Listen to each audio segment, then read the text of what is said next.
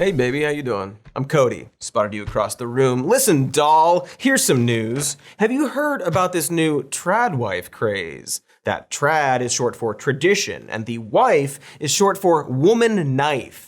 It's a trend that's been happening on those TikToks, and at first glance appears to be an online movement where certain dizzy dames film themselves doing so-called traditional woman knife work, like baking and cleaning for their husbands. And while that might seem innocent but misguided, the concept of a tradwife is now bleeding over into political spheres like Fox News and right-wing political pundits. And that's odd, right? So we thought we would perhaps dig into that. And by weed, I mean mead. Cody, your lovable, muscly newsman, will analyze these ladies and teach you about the concepts of traditional woman knife work, such as taking care of the squids, eating the laundry, and the many microscopic eels wriggling up my legs and arms this very second. Sorry that took so long. The vents don't always disperse the gas evenly. It'll be fine. Just a little bone damage.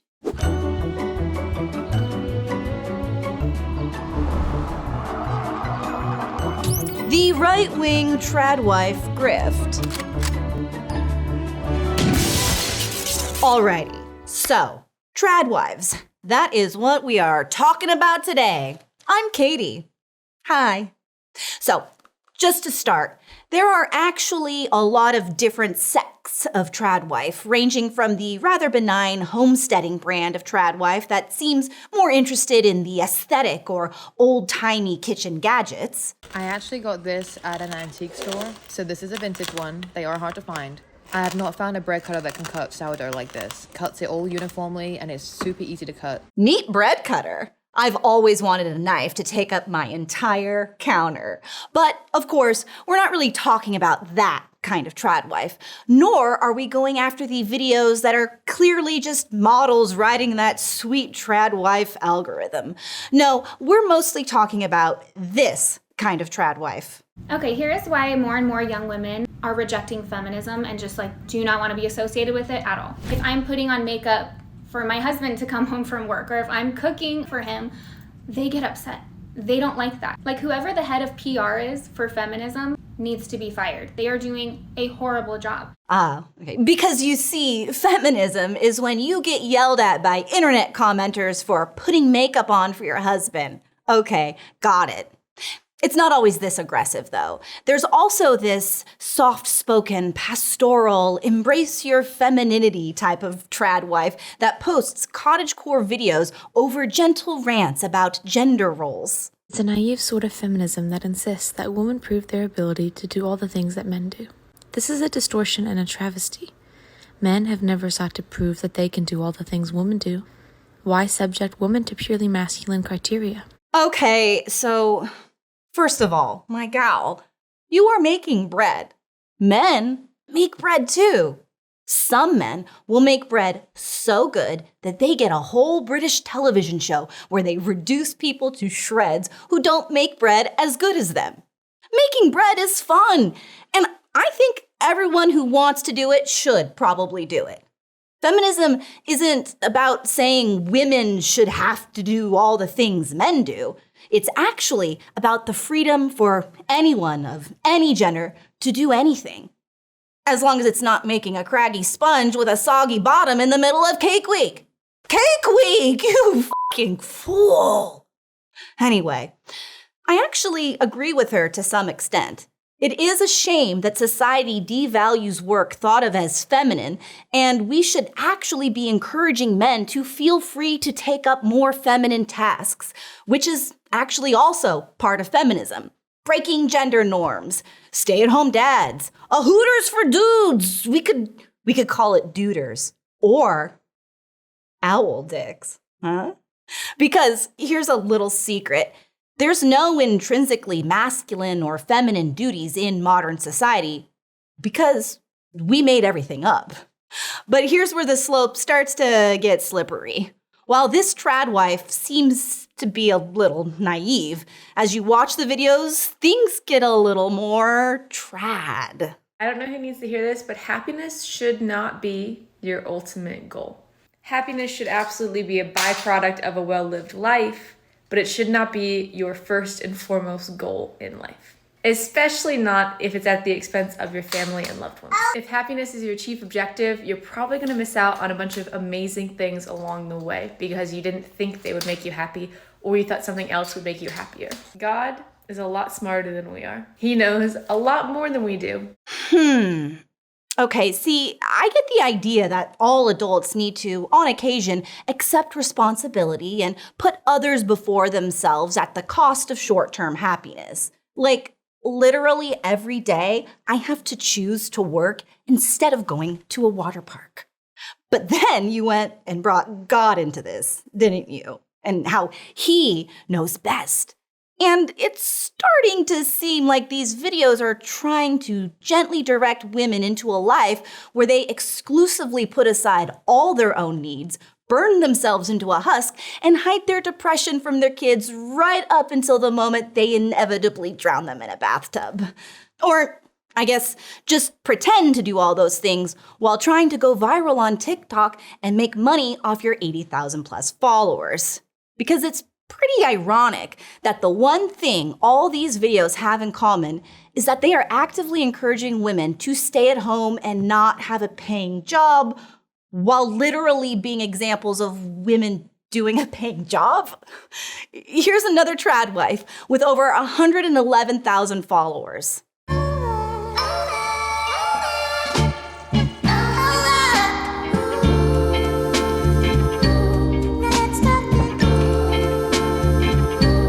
So, according to her, being a Tradwife is better because your baby won't fire you for making mistakes like a boss would. Now, it is important to note that unless you birth one of those boss babies, this is true. But let's examine it. Obviously, I don't know this woman's life or her marriage, but unless her baby is paying her, it's weird to compare a child to a boss. A boss is the person providing money, right? And so presumably that is the husband. And, TikTok. I mean, nobody really makes that much money off of view counts, but she's clearly aspiring to. Of course, in a healthy marriage, I would argue that you shouldn't have any employer-employee dynamic, right? Even if only one spouse is working, both parties recognize that the other is doing equal amounts of labor. And although it's not paid for by our society, it is providing equal value to the family as the paid work, and so they should have equal control over the finances as everything is done via teamwork. So no, your baby is not your boss and cannot fire you. But your husband could divorce you. And unlike getting fired from a job, you can't likely find a new husband in a few weeks or even months to start supporting you financially. And again, I do not know the dynamic of this individual's household. Maybe she and her husband do understand that finances should be seen as a team effort, so that they should make joint decisions about the money he earns from his job and the money she earns from TikTok and from the Amazon associate links on her blog, which she writes. Which is fine, honestly. Get that bag, girl. But let's be real.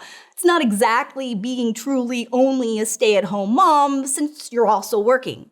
Which is fine. Again, totally fine. Honestly, it's a pretty innocent TikTok channel. Mana, mana. Mana, mana. Ah, shucks. Raw milk. Well, other than that, the channel mainly seems to be geared towards cooking with a vintage stove and hobby farm antics, which seems more like it has a broader appeal to women because it's not selling a fantasy of subservience, but rather a fantasy of rural farm life. But also one where you have enough money so that you're not forced to do backbreaking farm work and can choose what kind of farm work you'd like to do. Which is fine. There is nothing wrong with hobby farms and enjoying this lifestyle. But it isn't something accessible to everyone. And it is not an individual failing if someone doesn't have the resources to do so. And also, if everyone had a hobby farm, I'm pretty sure we wouldn't be able to have enough food production to actually feed everyone. Subsistence farming is actually really hard, which I learned from Cody forcing me to watch him play Rust. And economics papers. But mostly Cody playing Rust. He's still working on the oil rig monument, but I don't know what that means, so we're just gonna move on. My point is that when framed around simplifying your life, it is not at all hard to see why the trad life would be appealing to a lot of people. Heck, as someone who doesn't know anything about farms besides watching the movie Babe and the beginning and end of Babe 2, I would also like to relax on a farm with a talking animal. Hello, Mr. Cody. It's Katy. Wombo was just hearing Mr. Cody talk about how great it is to work on a farm and be a tradwife, and Wombo wants in. It's Katy. Wombo is tired of the rat race, Mr. Cody. It's Katy. Wombo's gonna live on a farm, churn butter, make lots of fresh cream, and be famous on TikTok. Then Wombo is gonna show sleepy Mr. Cody who is the real influencer. It is... Oh, I see. He's talking to his unconscious body. Honestly. God, he was down there. Wow, that is some shallow breathing. You know what? Let's take an ad break while I make a phone call. Oh, hey there. Hi, Cody here. You know, it's Stew Day, the one day every March where I make a hearty stew. But since it takes all day to froth the fabas, I won't be able to keep up with the news as easily as usual. That's why I use Ground News, which you can visit via the QR code on the screen. Ground News is a sponsor we sought out that's a website and an app. It gathers all the news together in a big newsy stew pot so you can compare coverage and get the facts straight. News like how federal agencies are handling that weird Elon Musk email demanding work reports, or else. Ground News lets me see that headlines from the right aren't quite sure how to cover it. The Daily Wire says Trump officials tell employees not to respond to the email, while the Epoch Times says some agencies tell staff to respond. A big ol' stew of right-wing sites not knowing how to report that the Trump cronies are already at each other's throats. It's easy to go through coverage like this at ground.news/SMN. With that link, you can get 40% off unlimited access, a factuality chart, and a blind spot feed that shows you what stories are falling through the cracks in your metaphorical political crockpot. That's ground.news/SMN to get 40% off unlimited access for yourself or someone you know. The link is in the description. Period. Hi everyone, Katy here. And ever since I successfully traversed that black diamond slope, the entire skiing community has been banging down my door, trying to get clandestine photos, wanting to know my secrets. Well, they can't have it. They can't have it, I tells ya. That's why I got Simply Safe with Active Guard outdoor protection, so I can spot these alpine enthusiasts before they spot me. With Simply Safe, there are no long-term contracts or cancellation fees, and monitoring plans start affordably at around $1 per day. Plus, they have been named one of the best home security systems by US News and World Report for 5 years in a row. That's back when I was still on the bunnies, you know? Well, in case you don't know, that is a type of slope. It's like a beginner slope, okay? Anyway, you can get 50% off your new Simply Safe system with professional monitoring and your first month free at simplysafe.com/more news. There is no way these rippers and shredders are gonna get one by me before I get back to that fresh powder. Again, in case it isn't clear, I am famous now in the skiing world, and that is a fact. Simplysafe.com/more news. There is no safe like Simply Safe. 2 more skip the last. That's a ski term for us skiers. You get it. Uh-huh. Okay, so you are sure that if he dies, I will not bear any legal responsibility? Oh, the opposite of that. Manslaughter? Okay, well, I'll keep an eye on him then. Yeah, thanks, Don. That was my dealer, my gas dealer. Gaston, I call him. Sounds like the villain in Beauty and the Beast. I don't know his real name, but it is good to laugh. That's why I get the gas. Anyway, before the break, we were talking about all the various Tradwife accounts on TikTok and how they seem suspiciously leaning towards a more dubious message than they claim. And this is where it starts to leave TikTok and become a political ideology. You see this transition most clearly in one of the most famous Tradwives named Esty Williams.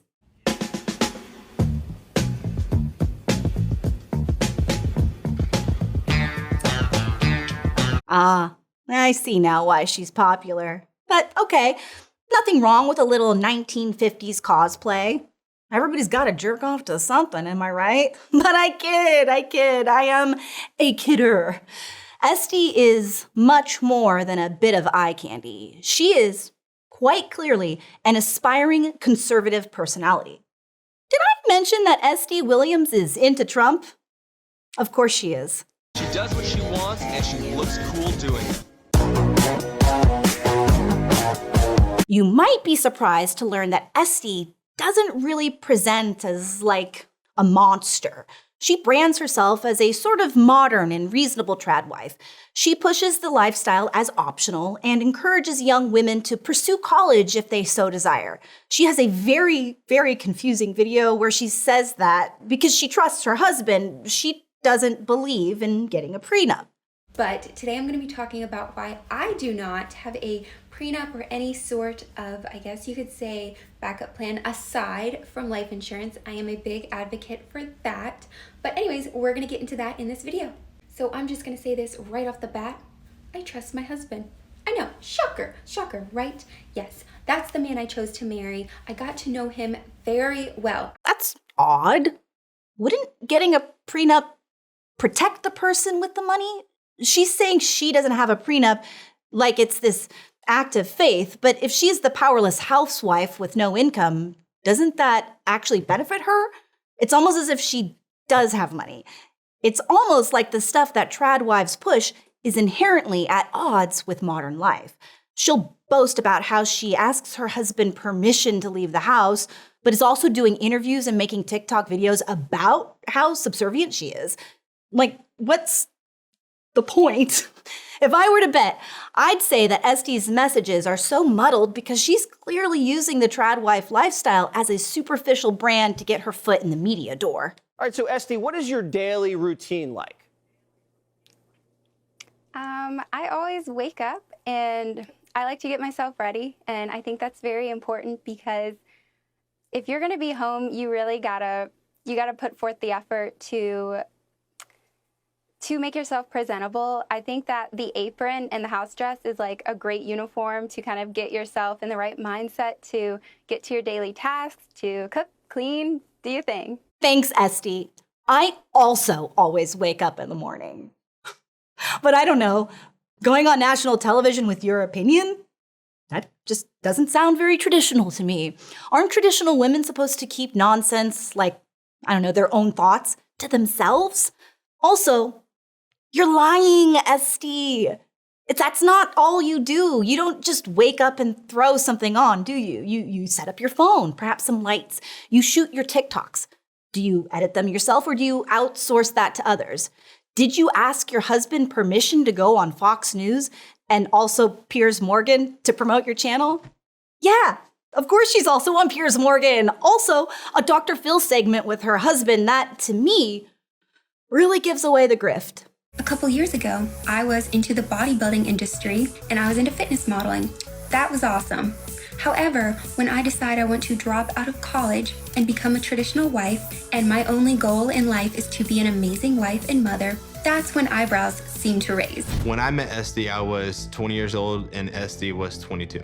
I was going to college to please my parents, but I secretly wanted to be a traditional wife. Before I met Esty, I never really dated, not even casually dated, but when I met Esty, I knew that she was the one and that we were a match made in heaven. We don't do opposite sex friendships. I don't think a woman needs to have a male best friend. Oof, okay. So she was a fitness model who decided to become an influencer, met a guy who had no dating experience, dropped out of college, and went into business for herself as the Tradwife character. And it really seems like a character, in my opinion. I mean, the more you hear from her husband, the clearer it is. And you say you don't have any arguments. I wouldn't say that we don't have any arguments. Well, you did say we don't have any arguments. Or disagreements, but I come up with the solution to solve that, disagreement. Or when we have a disagreement on something, I'm gonna be the person to come up with a solution so it doesn't lead into an argument. You just think that you love each other, and you need to figure out a way to put whatever you guys are disagreeing about behind you, and do what you want. Do what I want. Well, that's what you said. You come up with the solution. We come up with a solution, but it's not always what I want. Yeah, buddy. I don't think you're the one making the decisions. It really just seems like they're role-playing, doesn't it? Like, I'm sure they tell themselves that whatever he says goes.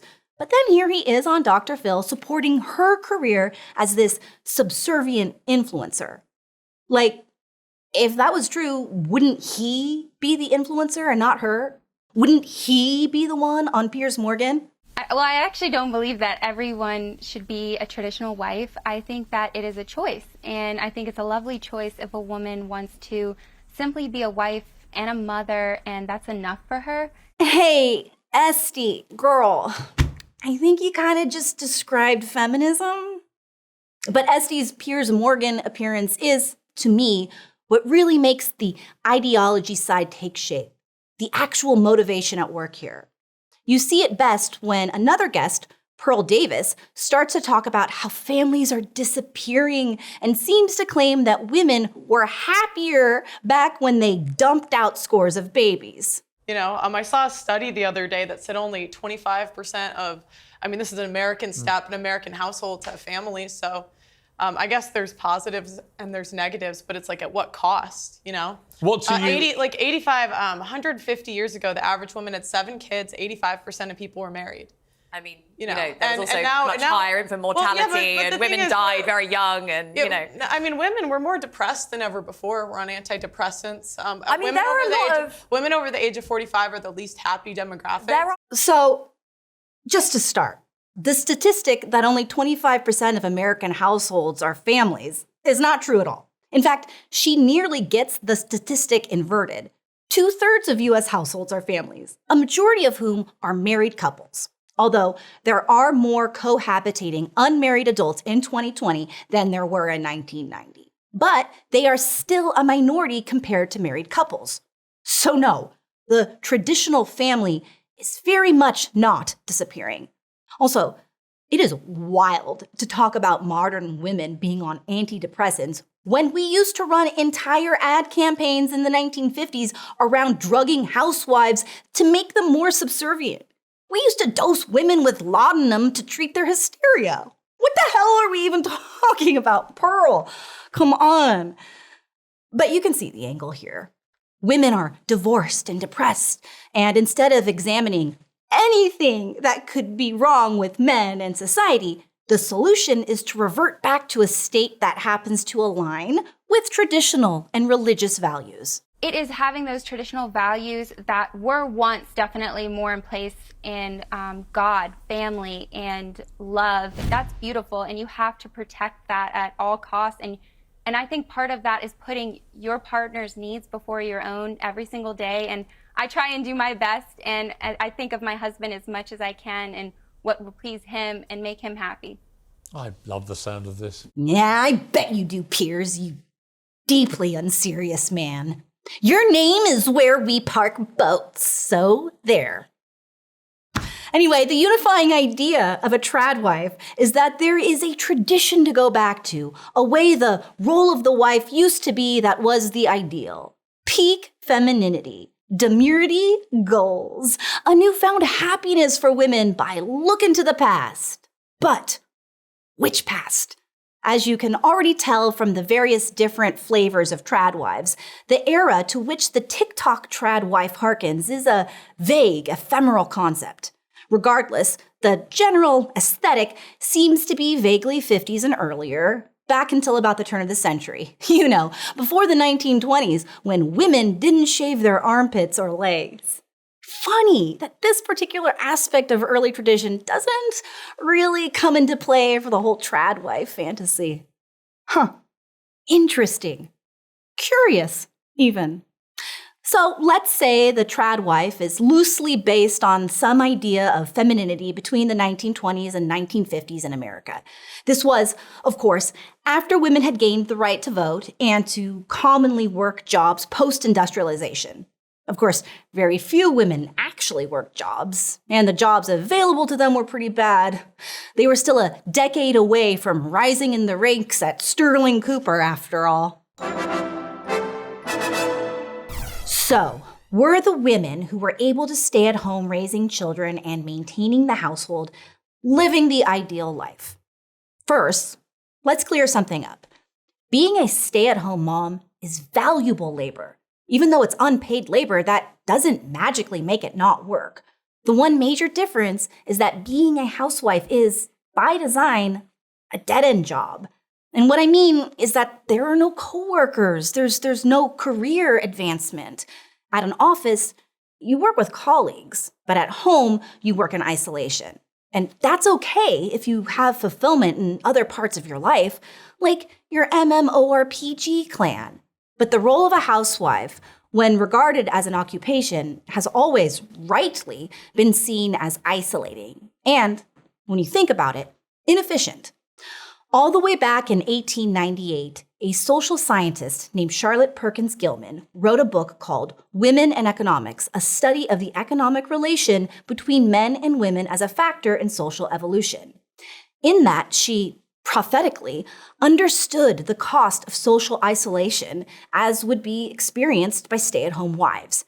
She pointed out the inefficiency of individual women taking care of a household by themselves.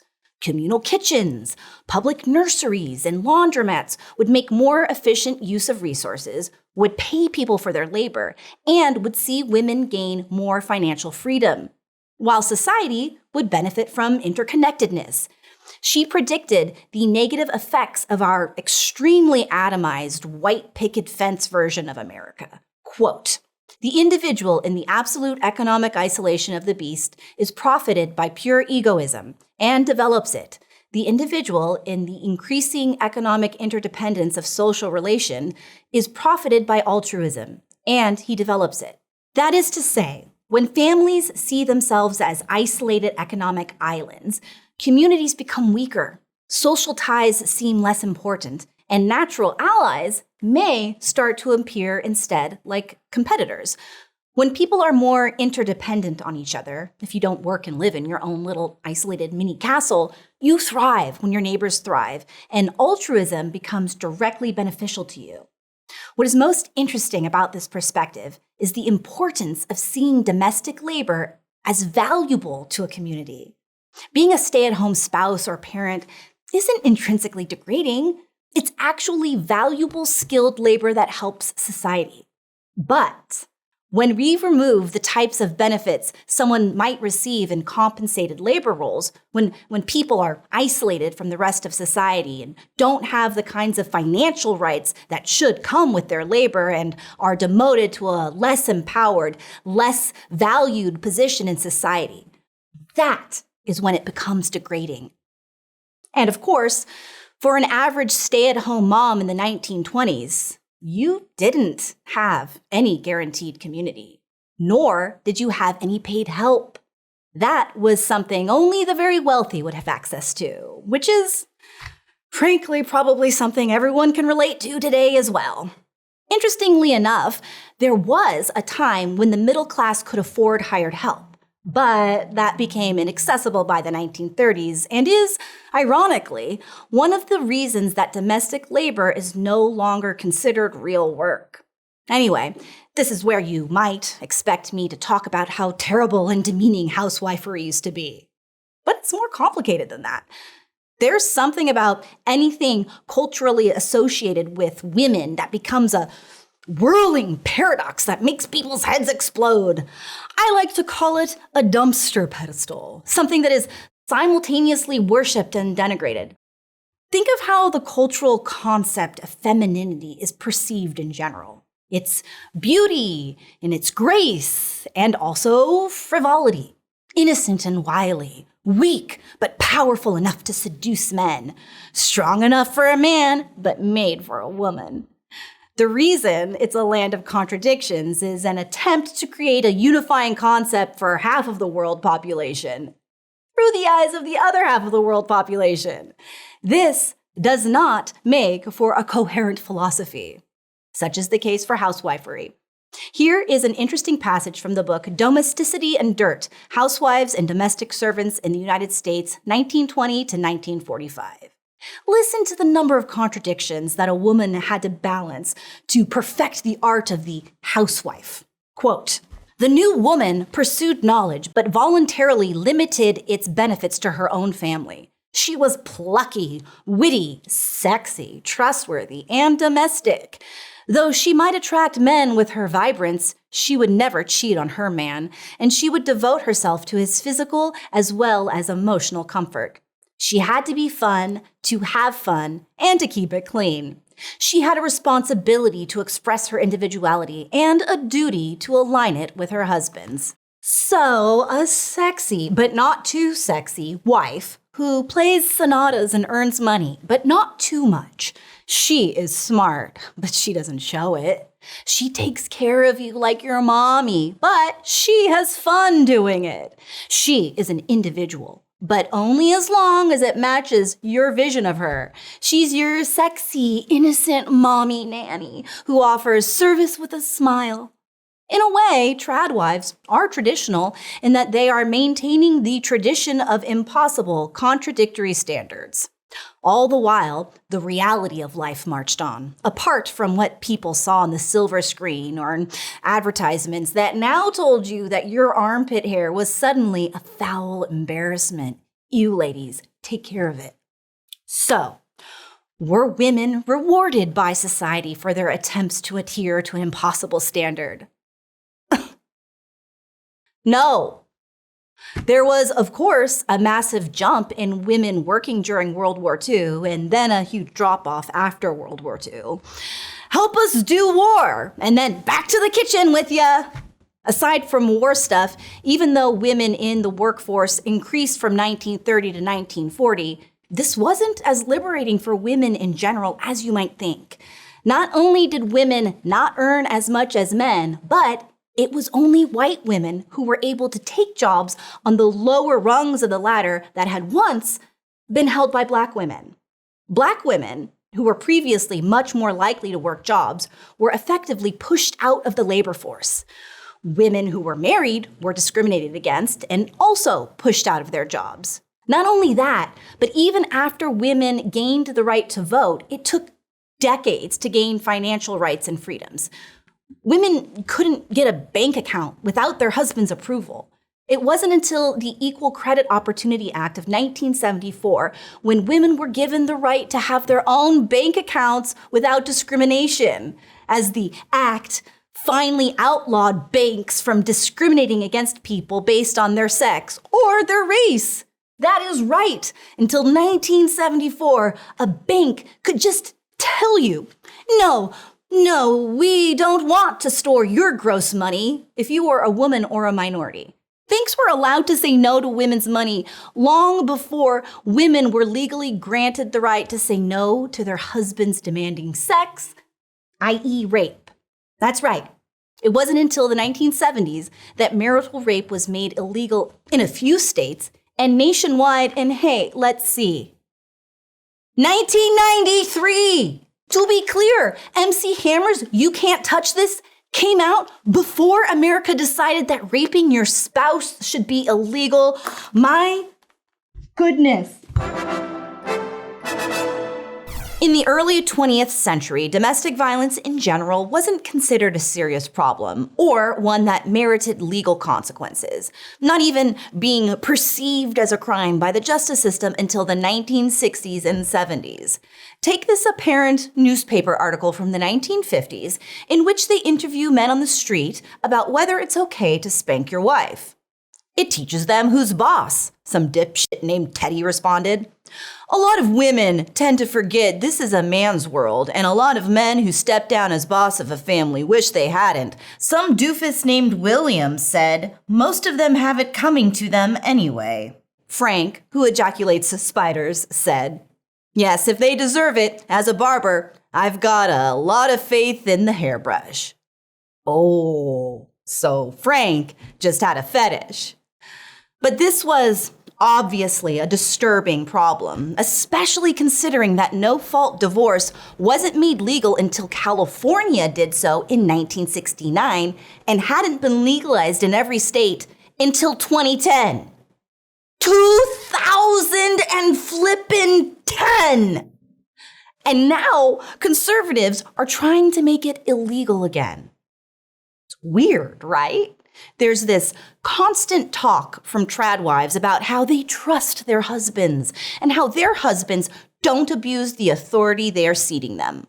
But if that were the case, why also force women to stay in marriages? Why would the trust only go one way? And if these husbands are so good, why would they need to trap women? It seems bad. And if you are thinking that surely conservatives won't manage to or be allowed to do this, then you haven't been paying attention to literally anything happening right now in America.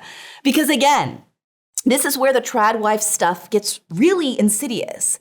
It's not about individual relationships. Like, if you and your wife want to dress like it's the 50s and take on traditional roles, or if you and your coworker sometimes like to dress in leather greaser jackets and have knife fights in the parking lot of a Denny's, that's all fine and cool, as long as it's consensual. The problem with traditional housewifery is that it's a political movement going after tangible legal and financial rights and autonomy. The cool thing about autonomy is it allows you to do things like stay at home and raise kids, cook, bake, crochet, get a little high, do needlepoint. All of that is great and honestly delightful if you have the choice to do it. But if housewifery is an economic system, one that enforces a system of obligatory unpaid labor without the legal rights and tangible freedoms, well, that's indentured servitude. That's not just culture. That's an economic system of forced labor. It is one political party passing laws designed to make half of the population subservient to the other half. Did someone say subservient? Wow. So you're just... Wow, okay, not listening to anything I said, huh? Tradwombo hears everything, Mr. Cody. I'm here to milk some cream and obey my hubby. Oh, my skeleton. Oh, shoot. Okay, he's awake. I think my work here is done. Let's cut to an ad. Greetings, theatre lovers! As chairman of respectable British theatre company, I have a profound question to ask that's completely in good faith and of honorable repute. Do your testicles stink? If you're anything like me, you've been treading the boards under the proscenium arch, delivering a classic soliloquy in the original Celtic, and you find that your undercarriage is a trifle malodorous. That's why I use Mando, a whole body deodorant that's clinically proven to control odor better than a shower with soap alone. All their products are free of baking soda and parabens, though my new show in the West End does have a parabens, Stiller and Mendelssohn. Ben Humor. Mando's starter pack is perfect for new customers. It comes with a solid stick deodorant, cream tube deodorant, 2 free additional products of your choice, and free shipping. As a special offer for our audience, new customers get $5 off a starter pack with our exclusive code. That equates to over 40% off your starter pack. Use code MORENEWS at shopmando.com. Let me spell that for the dress rehearsal, folks. Project in the back.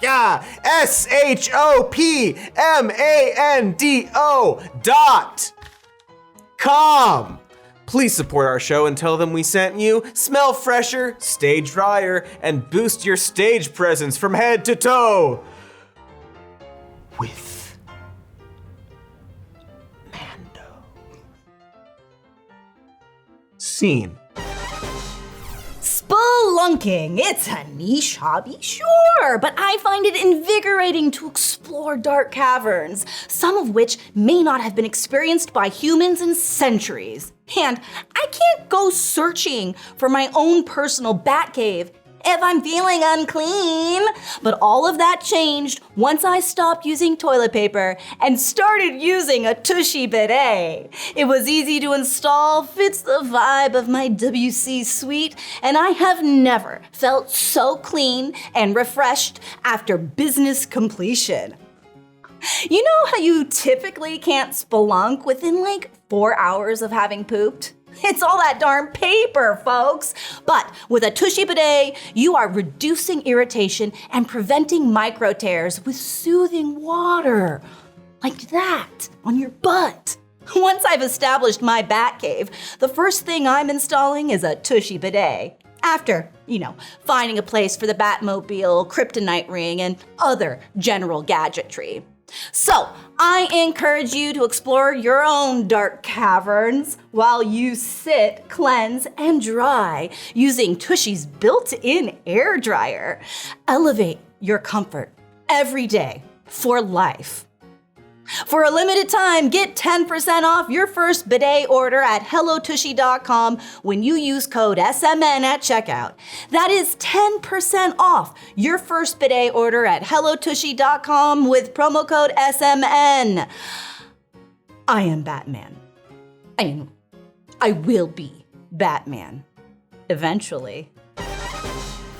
Daylight savings is right around the corner, my little daywalkers, and since you'll likely be stalking your prey even earlier than usual, it's a great time to reset that morning routine with AG1. This glorious concoction is a delightful, non-sanguinous way to support your digestion, energy levels, and skin health, so you're refreshed and ready to greet the morning hikers. And if you get stuck out in the wilderness too long, AG1's travel packs make it easy to support gut health on the go. It's a foundational nutritional supplement that could keep your morning routine fresh for the next 450 years. I want it! Watch how badly I want it!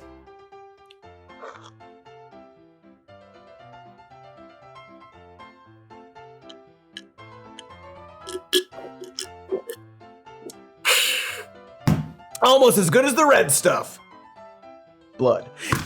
When it comes to my health, I want something I can trust, and that's why I choose AG1! With science-backed ingredients and real benefits I can feel, AG1 makes it easy to support overall wellness every day. And that's why I've been partnering with AG1 for so long. So, very long.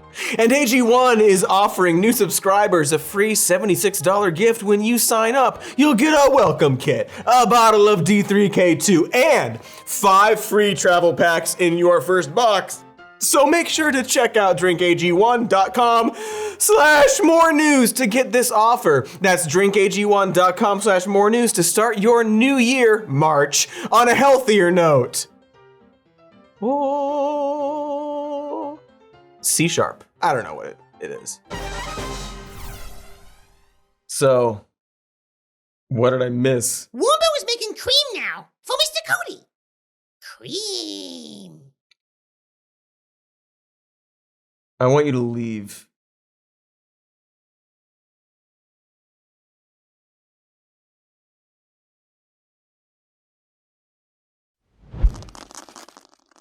Hi again. We're back from break. Was I hosting before? I was definitely sitting here earlier. Something about squids? I'm just gonna read from the teleprompter. Okay, so before the break, we were examining the Tradwife obsession with the 1950s housewife aesthetic, and how clearly insidious it is to romanticize that era. But what of the other end of the spectrum? Specifically, what of the cottagecore Tradwives that push the appeal of a humble farm amid rolling green hills? You know, this slop.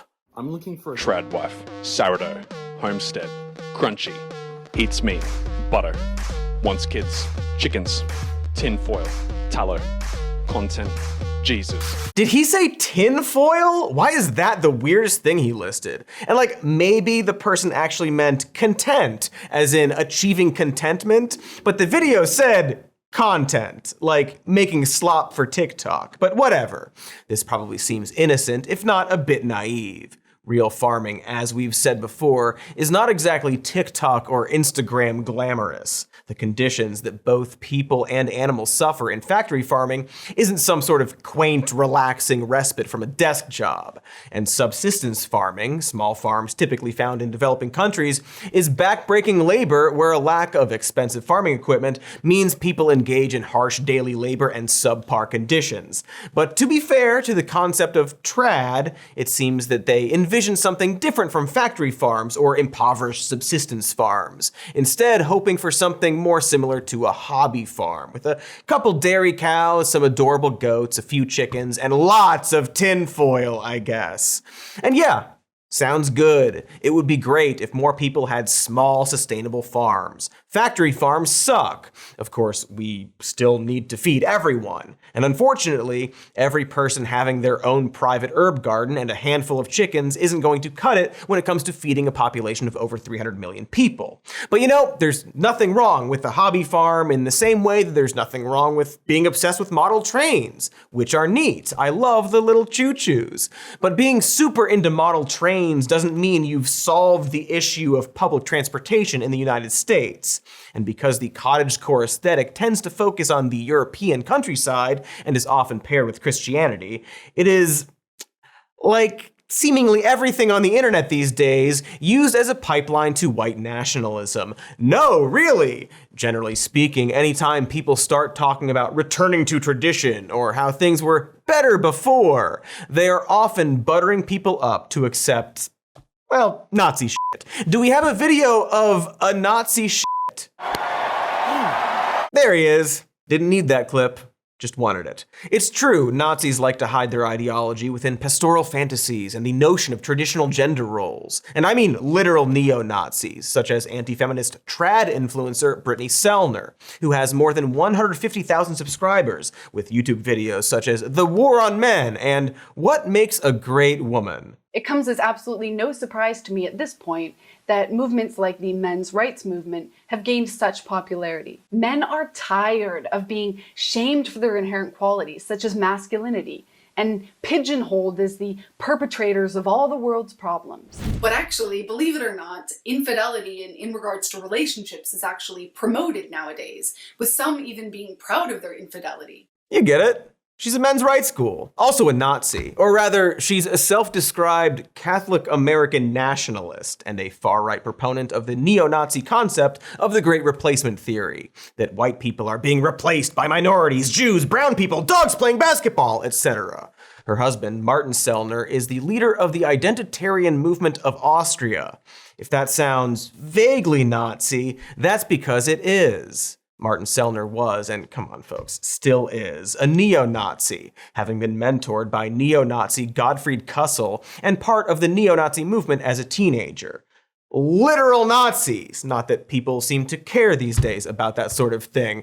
To be clear, I'm not saying that these pastoral Tradwife videos are all exclusively made by neo-Nazis, but rather that they are an initial push down the pipeline. According to a study conducted by Media Matters, which was basically them hotboxing themselves with Tradwife content on TikTok, the algorithm quickly turned to right-wing conspiracy theories. They reported, after we interacted with Tradwife content, TikTok's recommendation algorithm began flooding our For You page with right-wing conspiracy theory content, and also began displaying medical misinformation and anti-government content, specifically fear-mongering about the need to prepare for an impending civil war. So Tradwife content is kind of like the mosquito bearing the malaria plasmodium that makes you want to drink raw milk in case the government is putting the gay virus in the drinking water. And you can see it in real time as these Tradwife videos get more and more unhinged as you watch them. First, it's just raw milk and a tinge of anti-feminism.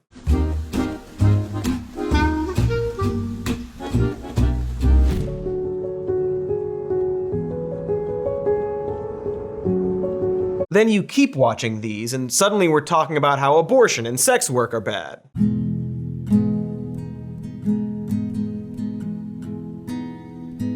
Next thing you know, you're getting videos of beautiful farm settings set to the most off-the-rails RFK conspiracy shit you'll ever hear. So if you have millions of women on pharmaceutical birth control, and they're all urinating in the municipal water, and then that water in most cities, if I'm not mistaken, is then, cleaned, air quotes, and then recycled into the municipal drinking water supply, anyone who's drinking that water is essentially microdosing birth control. Pharmaceutical cocktail. And Prozac and God knows what else. My goodness, what is happening to my brain right now?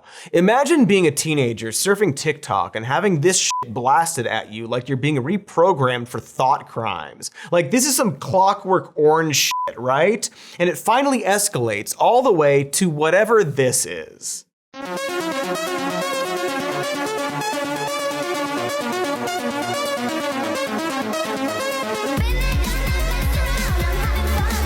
Wow, so that's a clip of AI-generated Tradwives with the Tradwife hashtag and old-timey Nazi font posted by a German patriot and supporter of the AfD, the far-right neo-Nazi German party. Like, if you want to rock a cottagecore aesthetic and milk a cow, that's totally fine. I like cows, I like cottages, I like milking, I like core. But why does it become this weird, twisted political ideology? Why do we have to go from, hey, check out my cute sundress, to we need the Lebensraum for our white Kinderchildren, and then you do like one of those classic "My heart goes out to you" gestures that I'm not gonna do it, because that's not what it is. This isn't some fringe internet Nazi thing either. Tradwife as a political ideology has been embraced by the GOP. Seems like they sure like Nazi stuff these days. Conservative commentator Benny Johnston spoke to a group of women at Turning Point USA's Women's Summit, which was basically Scold Women Con, but without the anime. And this was what he had to say. There's no great men out there. Are you a great woman? Have you behaved like a great woman that would attract a great man? Well, there's two parts of this. Attraction is magnetic. You have to have both ends of the magnet. So, have you been a great woman? There ain't nothing wrong with being a Tradwife. Being a Tradwife's based.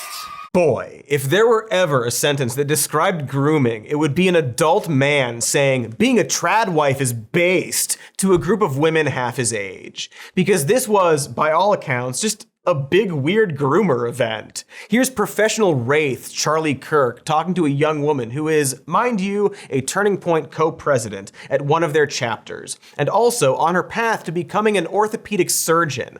I would argue one of those two endeavors is better than the other, but let's hear from Chuck. You could potentially do both. You could become an orthopedic surgeon and still do that, but there will be a lot of people that says, oh, just put the family thing on hold and put that on hold.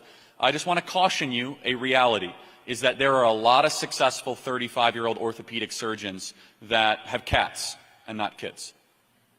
And they're very miserable. Whoa, slow down there, toots. Maybe you should put down the scalpel and pick up a baby.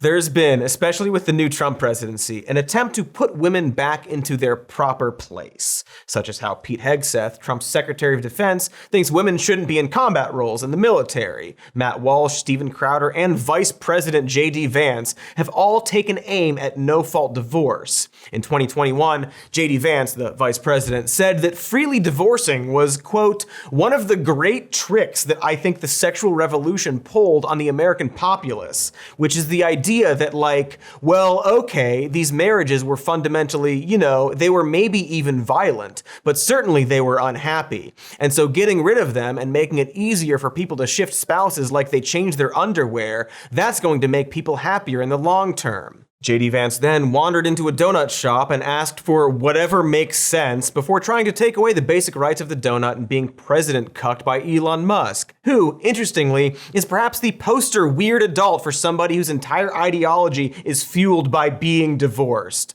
Also, JD, if you think it's easy for people to shift spouses like they change their underwear, it sounds like maybe you have trouble changing your underwear and should do it more often. Maybe practice every day, since you now have so much free time after being relegated to assistant to the secret second president or whatever it is you do now. Oh, post all day? Awesome, great job. Anyway, J.D. Vance, being very pro-birth but anti-baby, is against universal childcare and insulted Kamala Harris as a childless cat lady, even though she very much has stepchildren. So basically, no abortions, divorce is bad even if it's a violent marriage, being an adoptive parent isn't real motherhood, and if you're stuck raising a child on your own, you're out of luck. It seems like they just hate women existing, but here's the thing. I can shout until I'm blue in the beard that these people are so obviously pushing their handmaid's tale fetish to become national policy. But people are still eating the slop, right? That's because this Tradwife movement, and also the entire Conservative Party's current message, is based around one extremely true fact. Things are not good right now. Nobody can afford anything. All the stuff and things are low quality. There isn't a cranny of our lives that isn't bombarded with tech noise trying to sell us on more tech noise. It's easy to look at a farm in the 20s or a suburban house in the 50s and see that as a simpler and better life. And it was, for honkies, men honkies, because those were the people allowed to be in power. But that social hierarchy has nothing to do with the economic relief of the time. It has nothing to do with that idealistic, simple life. In fact, it had a lot to do with progressive policies. The GI Bill provided education and training and loans for veterans. The top marginal tax rate for the ultra-wealthy was 91%. Union membership was at an all-time high in the 1950s, reducing income inequality to the lowest levels since prior to the Great Depression. But as union membership declined through the 1970s and 80s, due to the dismantling of New Deal-era policies, income inequality rose back up. Raises to the minimum wage stagnated. Labor laws weakened in the face of union-busting efforts. Taxes on the wealthiest people were slashed. Workers' rights, such as in the trucking and airline industries, were dismantled bit by bit, while antitrust policies were systematically weakened by unelected regulators and judges, and financial regulations were hacked apart. Back before the great gutting of the working class, home ownership was genuinely easier. Union activity often led to more affordable housing, such as how in the 1950s, New York unions created the United Housing Foundation, which built thousands of co-op apartment units for moderate-income households. Housing construction boom, supported by policies such as the Truman Democrats' 1949 Housing Act, allowed for more people to afford homes, because building more housing usually means more people can have housing. The specific conditions that allowed for the nuclear family was a very brief, very concentrated mixture of economic conditions, policy, and social norms from around 1950 to 1965, as even David Brooks argues. But the conservatives and hardcore trad influencers don't care about the actual economic policies that made life affordable or simpler back then. Nor do they want you to care about them. They just want to point at women in the kitchen and claim that's actually the reason. The logic, when you think about it, is painfully childish. It's like saying that the reason rockets go fast is because they're painted white. And make no mistake, if we reverted back to a world where women didn't work jobs and only popped out kids, that wouldn't change all the economic problems. It would just fuck over women and make it even harder for men to support a family on that one income they now have. It would bring back all the worst social aspects of the 20s and 50s with none of the upsides. Just ask right-wing influencer and ex-Tradwife Lauren Southern, who had to leave her husband due to their abusive marriage. She revealed, "I had this delusional view of relationships, that only women could be the ones that make or break them, and men can do no wrong. He'd lock me out of the house. I remember having to knock on the neighbor's door on rainy nights because he'd get upset and drive off without unlocking the house. It was very strange to go from being this public figure on stage with people clapping to the girl crying, knocking on someone's door with no home to get into, being abandoned with a baby." Look, Lauren Southern is not a very good person. She's a racist, and she seemingly only figured out she was wrong about something when she directly experienced the horrific reality of the trad lifestyle. It's good that she got out of her marriage, and it's good that she's speaking out now, but man, think of all the women who get into traditional marriages because influencers, politicians, or religious leaders told them that's their role in life, to submit to your husband. Think of all the young men being told by wealthy thieves that the real reason they can't afford a good life is because women need to be put in their rightful place. And all of this, ultimately, is because a group of people on the internet has turned a fetish into a full-blown ideology. Right? That's actually the final point. It's a kink, right? The Tradwife thing, the submit to your husband, it's a fetish. One dressed up as tradition and religion, but like, come on, guys. Come on. All right, I'm gonna unwrap it and I'm gonna take a bite. Oh, it's so hot. Mmm, so good.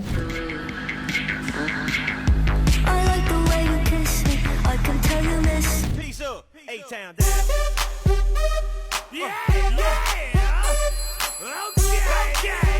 Come on.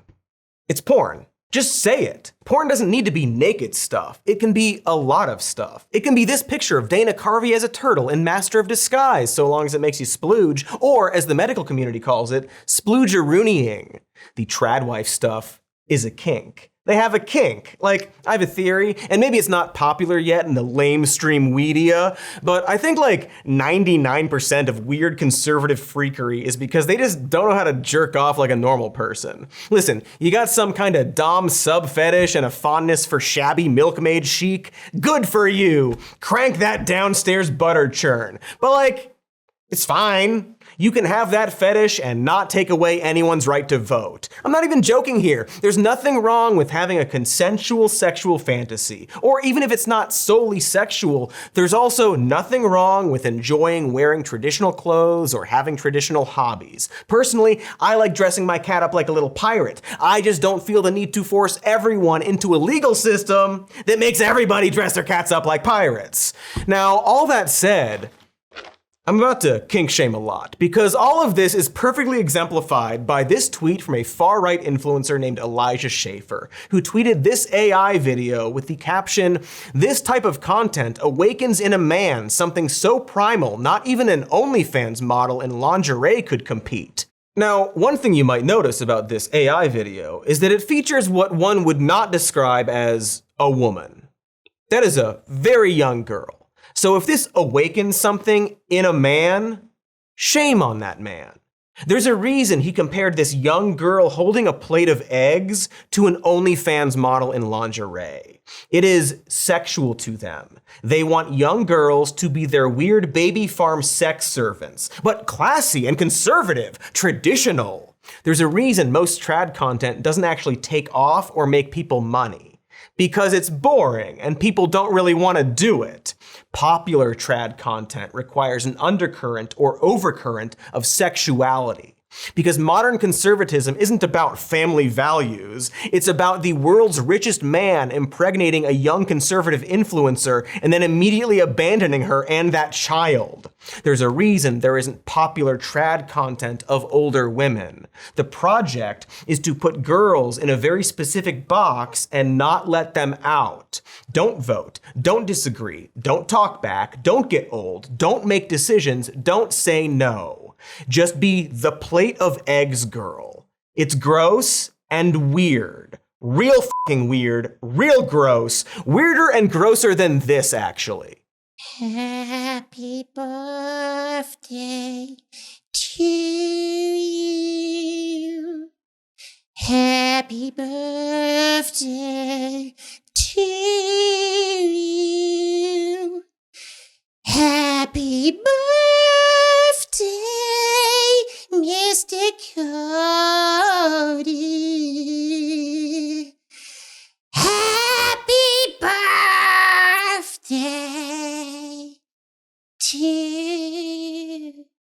you. Thank Thank you, Warmbo. Sexy stuff. Anyway, that's the show. Be sure to like and prescribe. Eat your sleeves. Blood thoughts. My bones hurt again for some reason. Sorry. Totally forgot to rob him.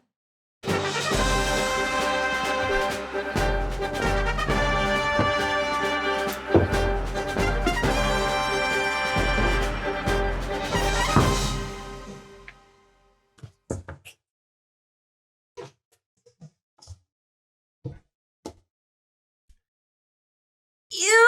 Why are your pockets sticky? Is that honey? Hi, everybody. It's me, Wombo, doing the like and subscribe part because we all thought I looked really cute, and I just wanted to do this again and say hi, everybody. Don't I look super cute? I think so. So like and subscribe to the video, like the video, and subscribe to the channel. And what else do I say? They've got a podcast called Even More News that they won't let Wombo do. I want to be a guest on your show. I just want to be a guest on this show. And you can listen to it without Wombo, I guess. And you can also watch it on YouTube, which is the website you're on right now. You can listen to this show, Some More News, as a podcast. You can watch it again on YouTube. If you want to see me again be so super cute. I mean, come on. Look at this. I want to wear this all the time now. Okay, so we've got a patreon.com/somemorenews and a merch store with Wombo on it. I got so many of my faces on the stuff that you can buy. Do it, and when you wear it, I will be with you. I will always be with you. Wear me!